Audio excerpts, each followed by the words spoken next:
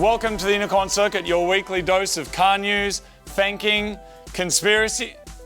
Is there conspiracies, Martin? He looks so baked. I don't know if there will be conspiracies today while he's in this state. We've got crap cars. We've got mytown, which is actually your town. Plus, we've got some epic news about what is coming up on the show. How y'all doing? Today, we're getting snappy with it. Before we kick on, I just wanted to share with you, these Boosty Boy shirts that we showed you a couple of weeks ago have been going off. They've been going really, really well. So this is our super spinny Boosty Boy, goes to Turbo Town. And to complement the shirt, we just got little super spinny Boosty Boy key rings like this. We have these for free for a limited time only when you get a Boosty Boy t-shirt. So that will automatically go with your order. And because of popular demand, we also have a Cheryl's Vintage and Custom Speed Garage shirt. So if you are a fan of Cheryl's box, you can grab one of these. There's links for both of them down below, and these also come with a free Cheryl's sticker. People, it's going to be a massive show. Let's just dive straight into the news. How you feeling, Martin? Are you good? It's going to be very strange that you don't interrupt me, nor do I interrupt you this episode. I don't know really how to deal with it, but we're going to get there. All right, let's kick into the news.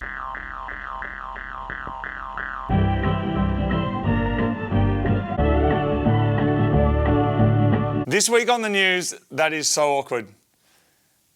If you've never had a Martin puppet staring at you while you're trying to perform, it is a very, very strange thing. I'm just going to... You want to stay there? Okay, he wants to stay there. First up in the news this week, Marty and I have just kicked off a brand new series called On the Road, thanks to our friends at Shannons, where we have been getting on the road with some of our favourite builds from the main channel over on Mighty Car. So we have just kicked off with the 240Z and GEMINI. We went down to Victoria. Basically, the idea of this series is we wanted to get into some of the cars that we've worked on over the years and actually drive them. We spent heaps of time in the shed, lots of time doing the mods, lots of time working on the cars, and we actually want to get out and about on the road, drive them, see how they go, but also meet other people that are interested in modified cars and see some of this great land. So there are a number of episodes coming up. They're going to be coming out on Thursdays, so make sure you keep your eye out. So GEMINI and 240Z just came out, and this week we have 2 more cars coming out. And then next week, how you doing? Next week, 2 more cars coming out. It's awesome. So the episode that's already gone out now, we did some Great Ocean Road, which looked absolutely incredible. That was awesome. Of course, tried some meat pies, took a boat ride, and most importantly, and I think was probably most exciting, we headed to Lang Lang, which was the old testing ground, which is down there in Victoria, and got chased by an R34 Skyline Police Car, plus checked out another RX-7. We had lots of rolling runs. It's pretty special, and we've really tried to put in as much effort as we can into the actual production of it and try and make it look as epic as possible. Good music, good shots. I hope you enjoy it. Check it out over on the main channel. All right, that is that. Let's get into the big one today, GR Supra Track Edition. Everyone's very excited. New version of the Supra coming out. And what everyone wants to know is, how much extra power does it make? And the answer is, Martin, you tell them.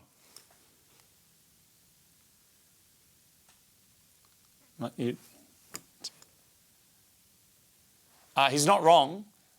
None. It does not make any extra power, but there has been a lot of improvements made to do with the handling and the braking. So it's going to have basically larger anti-roll bar, different performance bushings and the control arms, stiffer mounts and bracing and things like that. Plus, they have upgraded the brakes, so they're much larger at the front. And I believe it's got some kind of carbon fibre little ducktail wing thing there. There's some embossing or stitching on the seat, so it's a bit of a style thing as well. 19-inch matte black alloy wheels, red seat belts, and a red ring around the shift knob in the manual model. You can get it in a 6-speed, and you can also get the automatic version of that as well. Speaking of 6 speeds and 6 cylinders, that's the best segue that I've got. Mercedes for a long time have been trying their hand at 4-cylinder mild hybrids, and they're like, this is a performance car, it's awesome. Turns out people don't love it. And according to Mercedes, they've said that their 4-cylinder engines have failed to resonate. What that means is they didn't sell them. What that does mean, though, is it means they're going to be bringing back 6-cylinder and V8 engines. Obviously, as time goes on, people need to try and make sure their cars can kind of meet the emission standards that are getting tighter and tighter and tighter. And it seems that potentially with a 4-cylinder, they just can't do it. So they're going back to more cylinders, which might mean more exciting things for us, particularly in the aftermarket, because if you're not going to get a car that's 6-cylinder or V8, you're probably going to end up in an EV. Now, people that have EVs and people that have got solar panels and batteries on their house, they've been onto a good thing because you can charge your car off the sun and then drive around it. Certainly in Australia, they're considering bringing in a tax, which is basically an EV user's road tax, which means every kilometre you drive in your car, if you've charged it yourself, you have to pay a fee. Why do they do this? Because 50 cents or so of the price of fuel in Australia, which is about, I think about $2.20 a litre, is a tax that's basically a fuel excise that goes towards keeping the roads going. If you have an EV, you don't pay that, but a lot of people are not very happy with it. They did try to introduce this down in Victoria. It failed. It did not work. The details for New South Wales, which is where we're from, for EV or hydrogen fuel cell vehicles, they're looking at charging 2.906 cents per kilometre, or if you've got a plug-in hybrid, 2.324 cents. The reason that one's a little bit less is because if you've got a plug-in hybrid, it probably also has a petrol engine, and the proportion of fuel that you use from that still has that tax attached to it. A lot of people, though, they're not happy about it. And I reckon it's, in a way, that's reasonable because the government is obviously saying we want to try and recoup as much tax as we can, but maybe that is a redundant tax, because if you can charge your own car yourself at home and then drive around, the idea that you've got to somehow log your kilometres or someone checks your kilometres like they're looking at an electricity meter or a water meter and then charging you for it, a lot of people don't like it. At the same time, though, they're like, how do we make up all the money that we're now not making from fuel? That is what they've got to work out. Have you got any news this week, Martin? Nope. I think there's some new Subaru stuff coming out. There's a Golf GTI 50th year edition, something coming out. There's a whole bunch of EVs coming out. The Kia Tasman Ute managed to get up Beerclock Hill, which is an infamous dirt 4-wheel drive track up in Queensland. I believe a BYD Shark tried it recently and either bent itself in half or fell off the hill. I'm not sure. Kia Tasman's been getting a mixed response. They've put a lot of money into it. They're attaching themselves to a lot of iconic Australian sports people and celebrities. And apparently the interest is strong, but do people want a Kia Tasman Ute? I don't know. I think Hilux is still what a lot of people like. Yeah, there's people getting Rangers and Amarocks, what we call the Amaranga or the Rangacock. But Hilux is still kind of the vehicle that I think is synonymous in Australia with like a hard working ute. But they do seem to be, or have been, a little bit behind when it comes to the hybridness or EV nature of them. BYD seem to be going well. I'm seeing more and more of them around. Do you have one? What do you think of it? Does it work? I did hear something recently about BYD Sharks, which was the price point and the level of entry is low to get you in. But then if you need warranty or you need repairs, the waits are just crazy long, like absolutely crazy. And I think their business model appears to be just expand customer base at all costs. Just get them in. Do you have one? What do you think? People, that's it. How you doing? You're still there, still staring at me. That is the news. Let's move on to, is that even legal?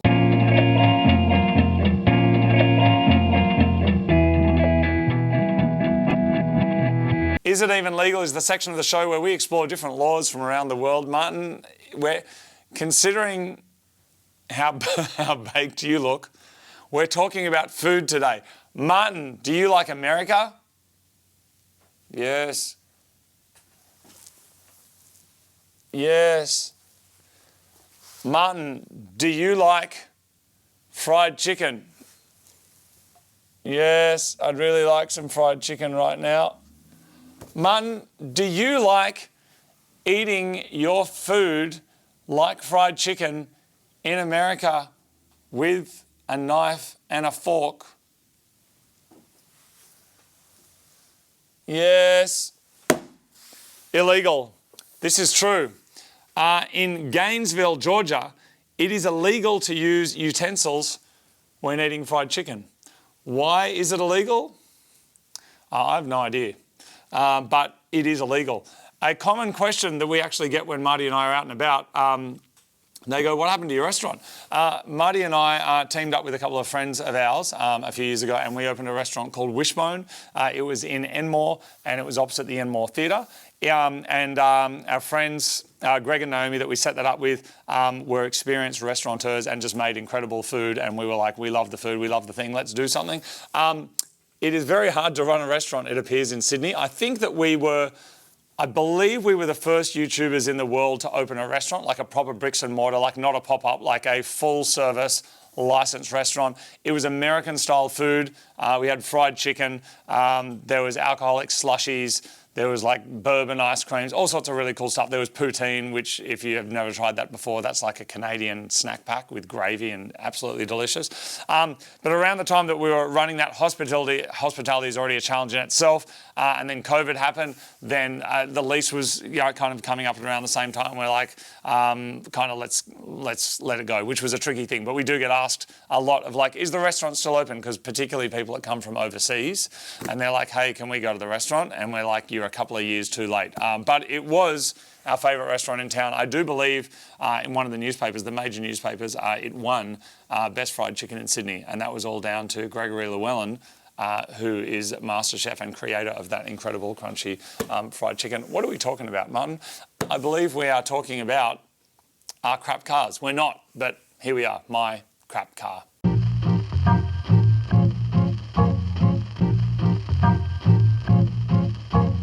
My Crap Car is the delightful segment of this show where we like to celebrate all automotive vehicles that are crap. Do you have a car that kind of sucks? Do you have a car that is still running to the shockment and bemusement of everyone in your community? We want to see it. Get your phone out. Go this way on it, not this way, go this way. Make a little video, send it over to it, and you may be able to grace the screens of 38 people that regularly tune in to watch this show.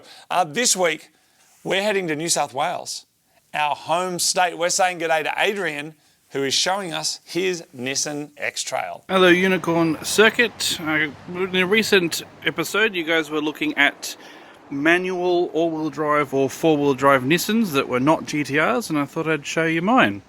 This is our 2002 Nissan X-Trail TI. We bought it brand new in 2002. It has done 310,000 kilometres. And as you might imagine of a car that old, it does use a bit of oil reasonably regularly. But yeah.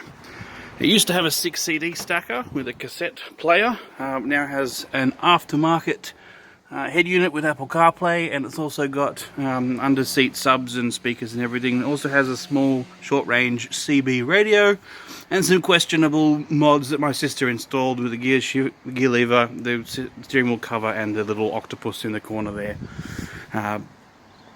This particular one is in pretty good condition. It's not that crap, apart from a couple of small things. There are some mods that we have done to it though. It does have 30mm lowering springs from Eibach in Germany, which make it pretty crap for off-roading. It also has an aluminum strut brace, which again makes it pretty awful for off-roading. But one mod that does make it good for off-roading is a complete exhaust system, extractors, high flow catalytic converter, resonators and mufflers. The exhaust is also stainless steel ceramic coated 2 1/4 inch. Makes it sound pretty good. Actually improves the ground clearance, funnily enough. And I will include a clip of the audio for your benefit in a moment.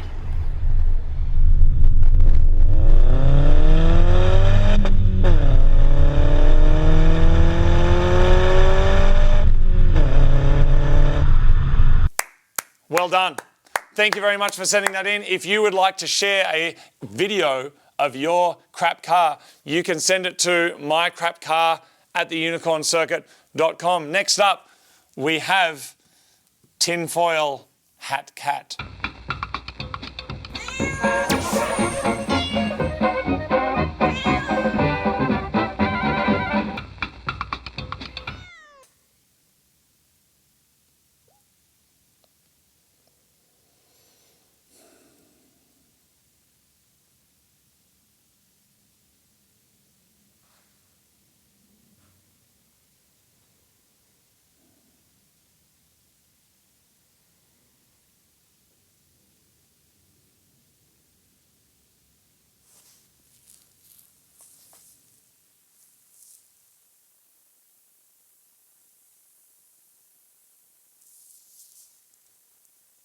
Fank of the week.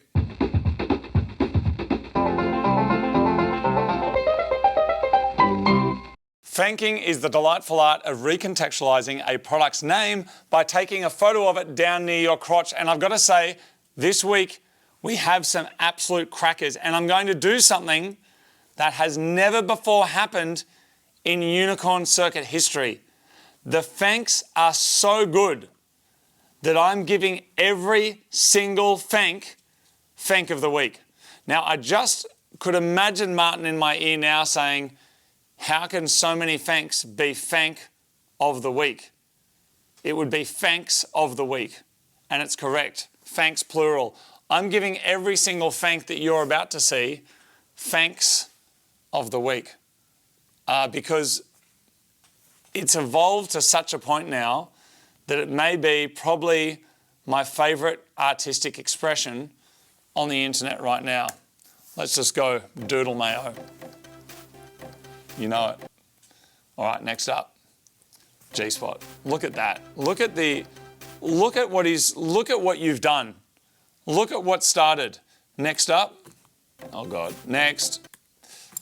Big D, look at that. He's made his own on the ground. Butt cheese. Not just any butt cheese, of course, the finest. Oh, what am I doing? All right, the twin pole. Marty would like that one. All right, spread with, oh God. See what I mean? You see what I'm talking about? Dr. PP. Very good, very good. Oh God, tip top, all right. And I like that, ding dong. Someone's at the door, someone's coming in. I ate booty. That is up there with top 10 of all time, or also known as up there with Fank of the week. One of the many Fanks of the week this week. I got two more for you. We got the chef's choice, you know what that one's all about. And last one, normally Martin, if he had a larynx and a throat and a mouth and some lungs, he could do the Fanking drum roll Fank of the week. By the way, that's what he's doing. If you're ever wondering each week when I say Fank of the week and he goes, he's trying to do a drum roll. You know how some people can do that thing, I can't do it, when they go with their tongue? Like, he's trying to vocalize it and drum roll. Anyway, we don't need that this week, but this is the last of the many Fanks of the week. Well done. We want to see your Fanks, and by we, it's just me and all 38 of you. We would love to see your Fanks. You can upload your Fanks to the Fanking Facebook group, and that is at the link that very professionally is coming up there right now. All right, people, let's move on to mytown.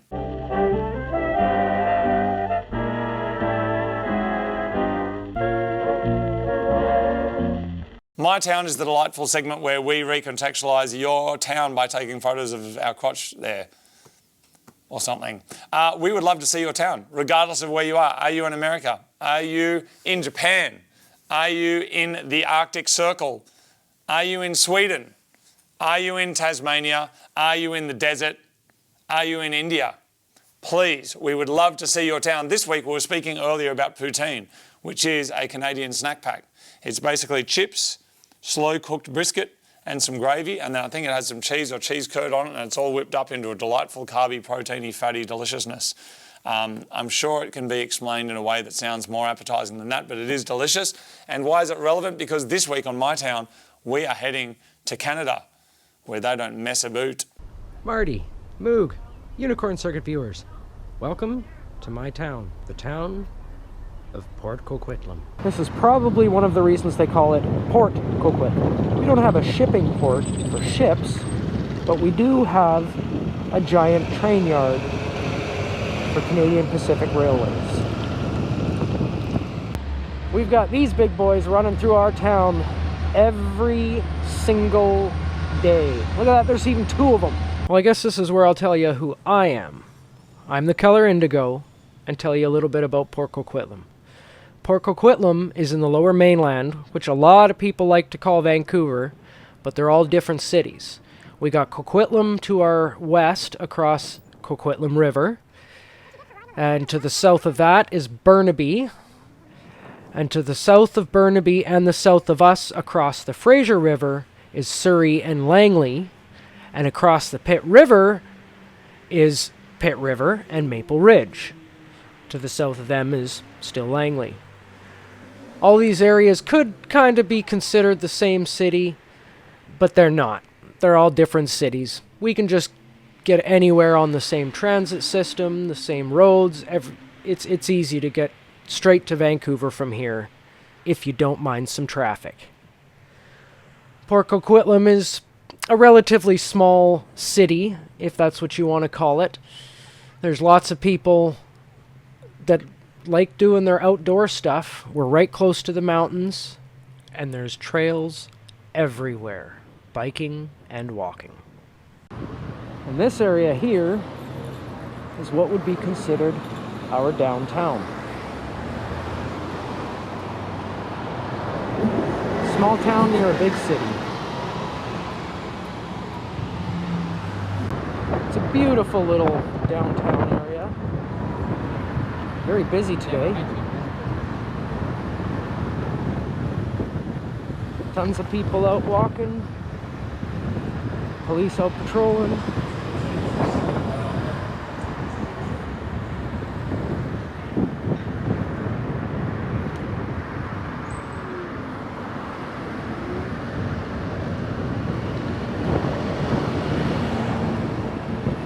And that's about it for our downtown core in Port Coquitlam. One of the biggest benefits of living in a town like this is the trails. This is called the Trebule Poco Trail. For cyclists, walkers, boarders, scooters, anything you want, except for cars. Another big benefit, the rivers.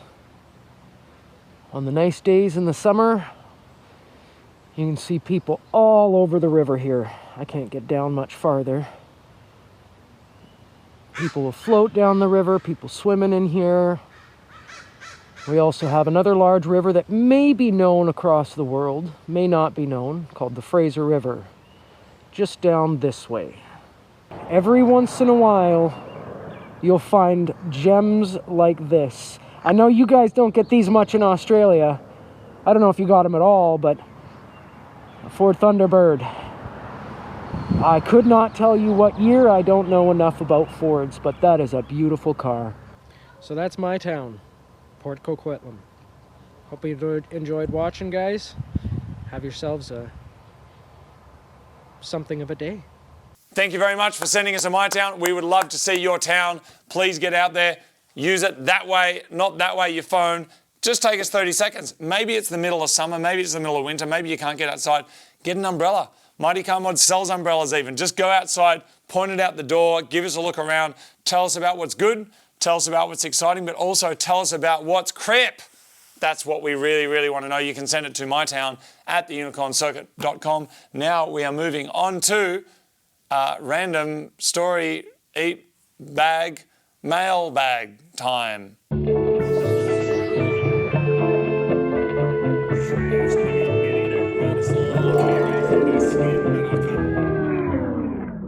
Mailbag is the delightful segment of the show where we empty the bag of mail, which is not a bag, it's a box. Whatever has been sent to us and has arrived in a bag but is now in a box. If you'd like to send us something, you can send it to the Unicorn Circuit, PO Box 475, Sydney Markets, New South Wales 2129.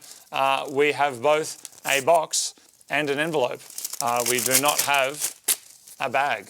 So get your refunds on the way out because we have named this incorrectly. All right, this one here, I believe, has come from the Netherlands. It says, Dear Marty and Moog, my name is Thomas Brackenhoff, 28 years old and live in the Netherlands.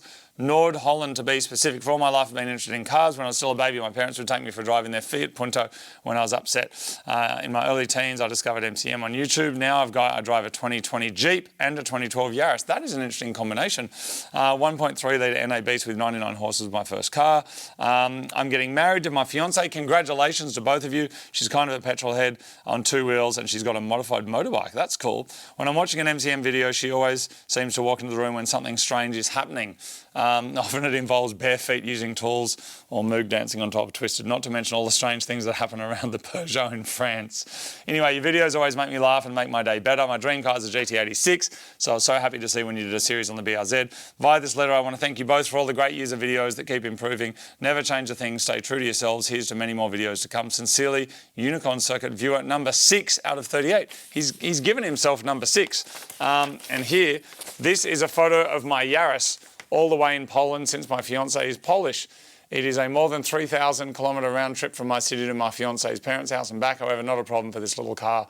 That's great. My soon-to-be wife thinks we should sell it. What do you think? Should I keep it forever? I think definitely keep it for a while. What I'm about to say might sound contentious. Whether wife or husband, I think if you really like a car, I don't think you need to take advice from anyone, new wife or new husband, about what you should do with your car. It should be your choice and yours alone to make. Keep the Yaris. Big block, swap it. You might need to sell it to buy a house. In Australia, it's like property is so expensive, there's people selling houses all over the place just to try and get somewhere to live. But for now, if you don't need to, I say keep your Yaris, because otherwise you'd only be stuck with your Jeep. And then that wouldn't be great, would it? All right, what do we got here? Where's this come from? Let's just have a little quick look. It's got a lot of paperwork, which means it has come from overseas. Let's see what we've got. This has come from, I'm so sorry, it's come from Juraj Zahumensky in Slovakia. That's cool. I don't know much about Slovakia, but maybe I'm about to learn a little bit more. It says fragile on the box. What is going on in here? Oh, hello. There's a letter first. Let's just check this out and see what's going on. Martin, have a look at this, bro. Martin? Okay. Dear Unicorn Circuit, I'm not one of the original 38. Joined a bit later. 10 out of 10 for honesty. Well done. Thank you for all the entertainment and laughs. Please enjoy content of the package. Let me know if you need more or stop by in Europe. P.S. It might or does contain peanuts and milk from Uri, which is spelled J-U-R-A-J. And in here, it looks like we have, I'm just going to have to do this, a huge selection of delicious treats, which is just in time for Random Meat Bag.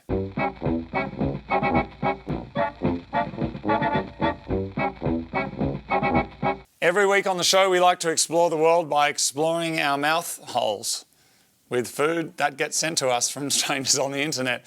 This week, Uri has sent us a whole bunch of stuff from Slovakia. And now, between Martin and I, we can make a choice of what it is that we would like to eat. And I suggest that we might start with, that one's called banana in chocolate. And I don't know if I should try banana in chocolate or the Sojovi Suck Classic. I'm going to go for the I can't even read anything that it says on here, so I have no idea what this is. Sometimes you get a bit of a sense of like what is going on. I have no idea what this is. So this is a Sojovi Suck from Slovakia. Different kind of plastic over there, harder to open things. Now that's not at all what I was expecting. It's a hard rod of biscuit, I think. It's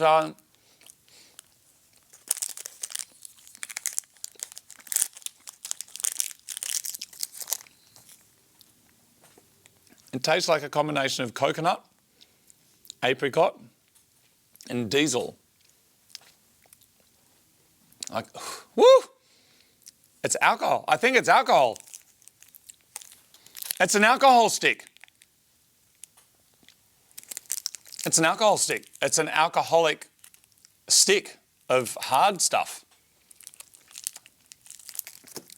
thank you very much. That was the show. Shout out to Martin, who's he's going all right. He's just getting ready to smash some snacks. Thank you very much for watching the show. If you do want to support the show, there's a couple of links down below. Just to remind you, we have the Cheryl's Speed Garage shirts, and they come with a free sticker. And we also have the Boosty Boy shirt, which comes with a free spinny little Boosty Boy keyring as well, limited time only. That's the show. Thanks for hanging out. If you haven't seen the video on the main channel yet, check out the latest series, On the Road. Really, really cool. It was lots of fun to make. There's another one coming out this week. All I'm going to say about that one is that we're heading to Queensland. And you know what happens in Queensland? Well, you're going to find out on Thursday. Thank you for watching the show. See you next week. Bye-bye.